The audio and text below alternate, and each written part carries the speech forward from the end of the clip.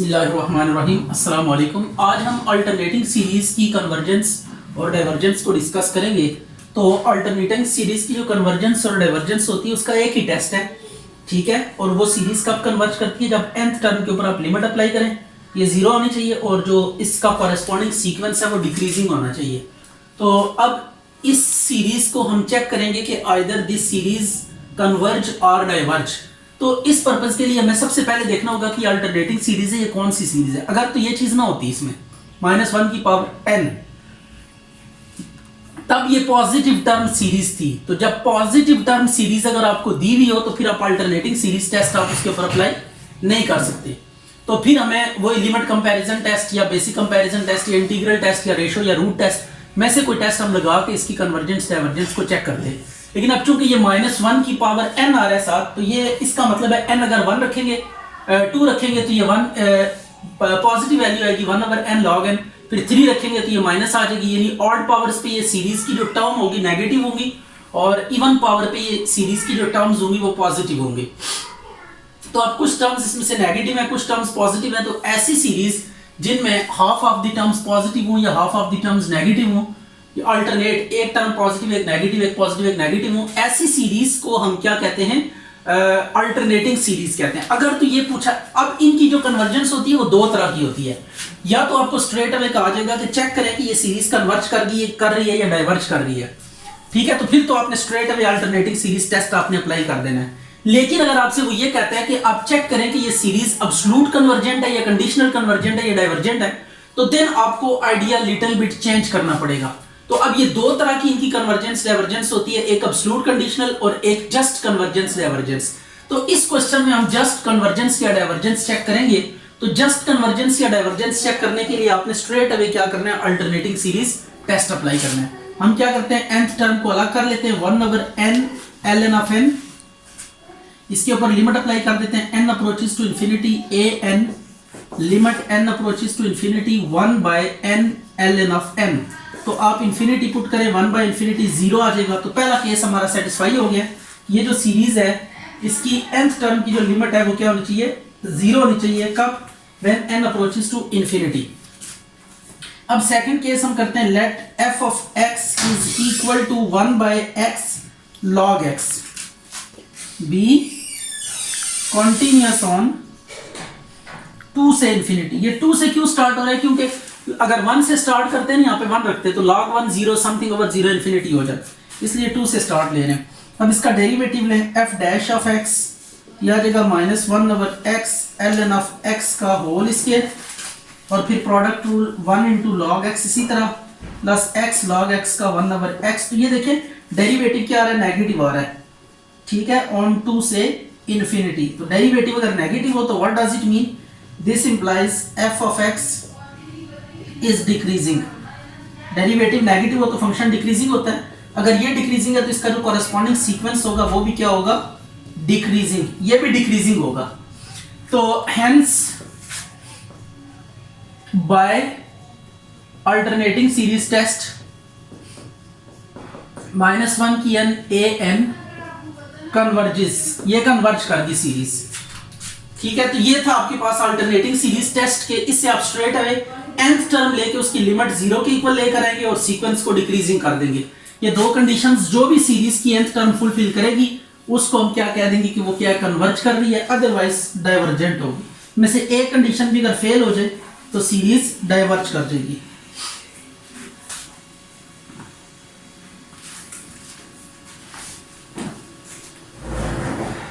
अच्छा जी, question number 2 है, cos n pi over under root n pi। cos n pi को आप इस तरह भी लिख सकते हैं, -1 की पावर n, cos pi -1 होता है। और डिमाइवर थ्योरम वाला केस अगर आप ज़हन में रखें तो ये पावर बन जाएगा साथ, जो कोएफिशिएंट है ये आ गया। अब ये आपके पास अल्टरनेटिंग सीरीज है,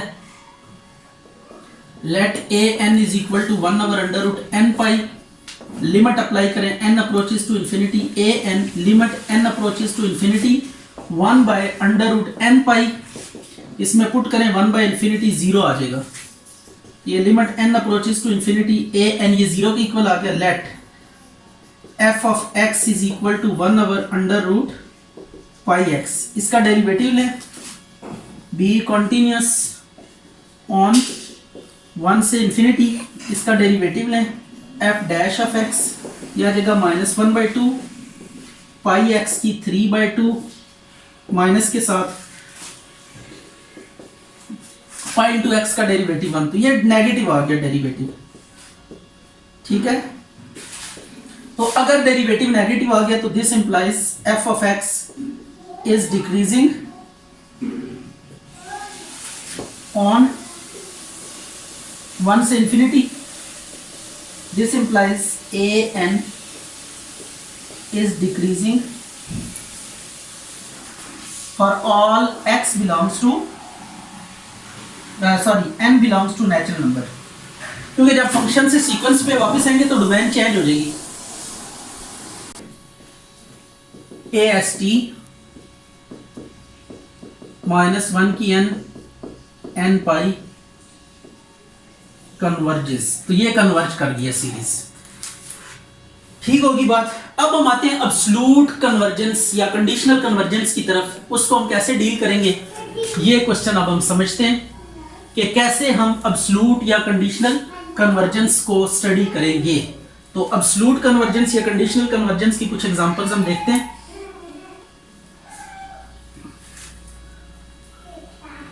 तो सबसे पहले हम लेते हैं क्वेश्चन नंबर 7 है, इसमें कहता है अब्सोल्यूट कन्वर्जेंस या कंडीशनल कन्वर्जेंस आपने चेक करनी है।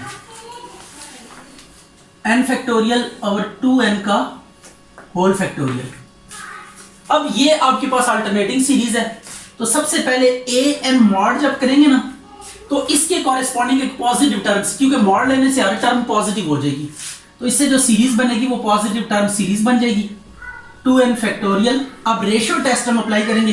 अब जो पॉजिटिव टर्म सीरीज होती है उस पर ratio test, root test, limit comparison test, integral test, basic comparison test कोई भी आप लगा सकते हैं। तो इसमें +1 करते हैं n+1 का फैक्टोरियल 2 इंटू n+1 का होल फैक्टोरियल, 2 को अंदर मल्टीप्लाई कर दें 2n+2 का होल फैक्टोरियल।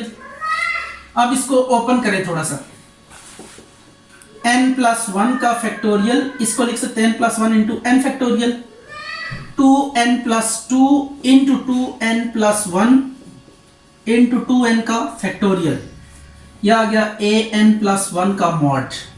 अब रेशियो ले लेते हैं इनकी और लिमिट अप्लाई करते हैं, देखते हैं क्या रिजल्ट आता है। an+1 और an का होल मॉड, an+1 की वैल्यू लिखें इसके सामने n+1 into n factorial divided bye 2n+2 2n+1 into 2n factorial divided bye n factorial और 2n का होल फैक्टोरियल, ये कैंसिल हो गया। अब रिमेनिंग पे लिमिट अप्लाई कर दें,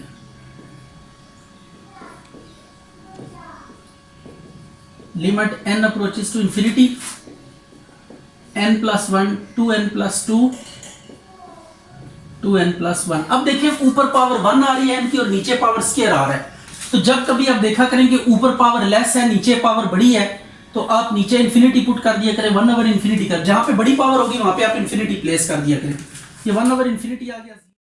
अच्छा जी, ये आपने देखा लिमिट कैलकुलेट की, ऊपर पावर n की 1 है और नीचे n इंटू n स्क्वायर है नीचे पावर। नीचे पावर बड़ी आ रही है ना, तो जब नीचे डिनोमिनेटर में पावर अगर बड़ी होगी तो आप जहां पे पावर बड़ी होगी वहां पे इंफिनिटी प्लेस किया करेंगे, तो 1/इंफिनिटी ये 0 के इक्वल आ गया, 0 इज लेस देन 1, तो so by ratio test an mod converges. अगर ये कन्वर्ज कर दिया है, देखें an मॉड जो है ना ये है पहला टेस्ट, अगर ये कन्वर्ज करेगी तो जो गिवन सीरीज होगी वो एब्सोल्युटली कन्वर्जेंट होगी, हेंस -1 से इंफिनिटी an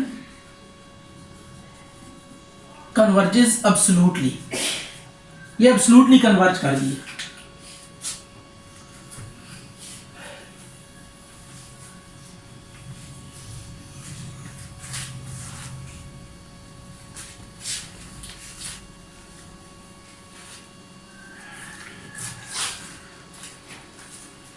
अच्छा जी, एक और क्वेश्चन देख लेते हैं। क्वेश्चन नंबर है हमारे पास ये 10,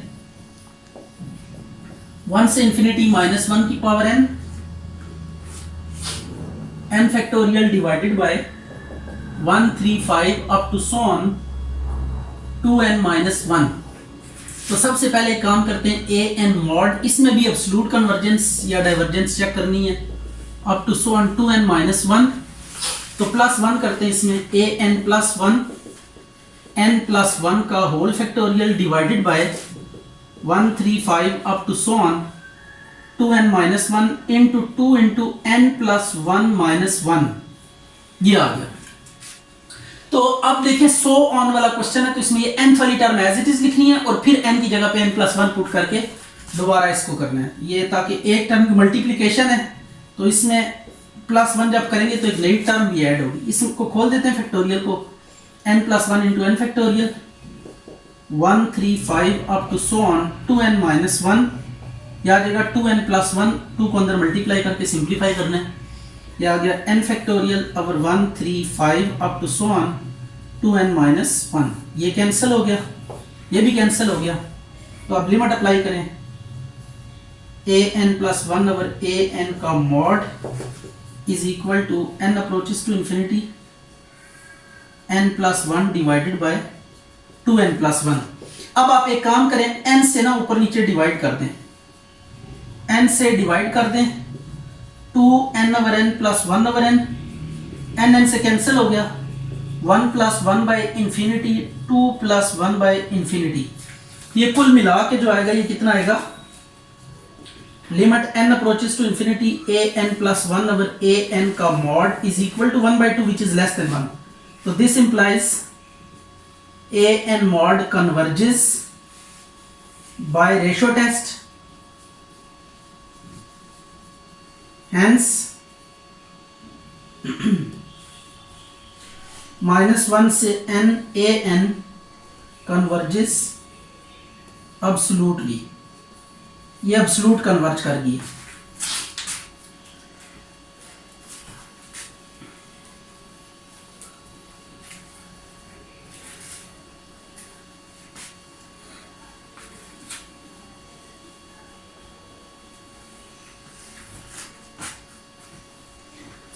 अच्छा, अब एक आध एग्जांपल हम देख लेते हैं कॉशी रूट टेस्ट से।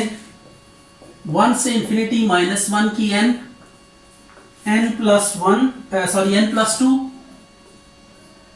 3n माइनस 1 की होल पावर n, इसमें होल पावर आ रही है तो हम क्या लगाएंगे, कॉशी रूट टेस्ट अप्लाई करेंगे। n plus 2 over 3n minus 1 की पावर n, दोनों तरफ 1 बाई n पावर ले लें,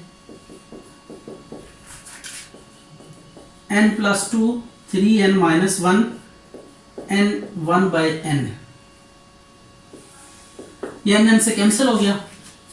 बाकी लिमिट अप्लाई करते हैं, an mod is equal to limit n approaches to infinity n plus 2 3n minus 1। तो n से ऊपर नीचे डिवाइड करें, हाईएस्ट पावर से ऊपर नीचे डिवाइड कर दिया और उसके बाद आप लिमिट अप्लाई कर दें 1 plus 2 over infinity 3 minus 1 over infinity, तो ये 1 बाई 3 आ जाएगा विच इज लेस देन 1। तो this implies an mod converges by Cauchy root test, hence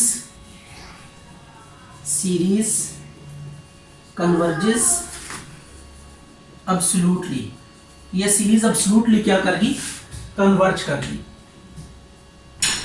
ये क्वेश्चंस आपने देखने, इसके बाद नेक्स्ट टाइम हम इसी के लिमिट कंपैरिजन टेस्ट से रिलेटेड क्वेश्चंस करेंगे।